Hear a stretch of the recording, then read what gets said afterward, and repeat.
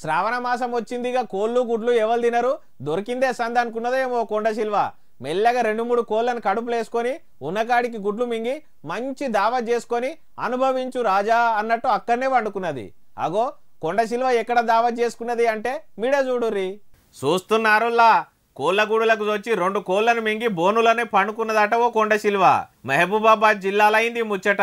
కొత్తగూడెం మండలంలో గుంజేడు ముసలమ్మ జాతర ప్రతి శుక్రవారం పెద్దగా చేస్తారట. ఇక జాతర కోసం ఓ దుకాణమైన కోళ్లు తెచ్చి గూటిలో పెడితే కొండశిల్వ తినిపెట్టింది.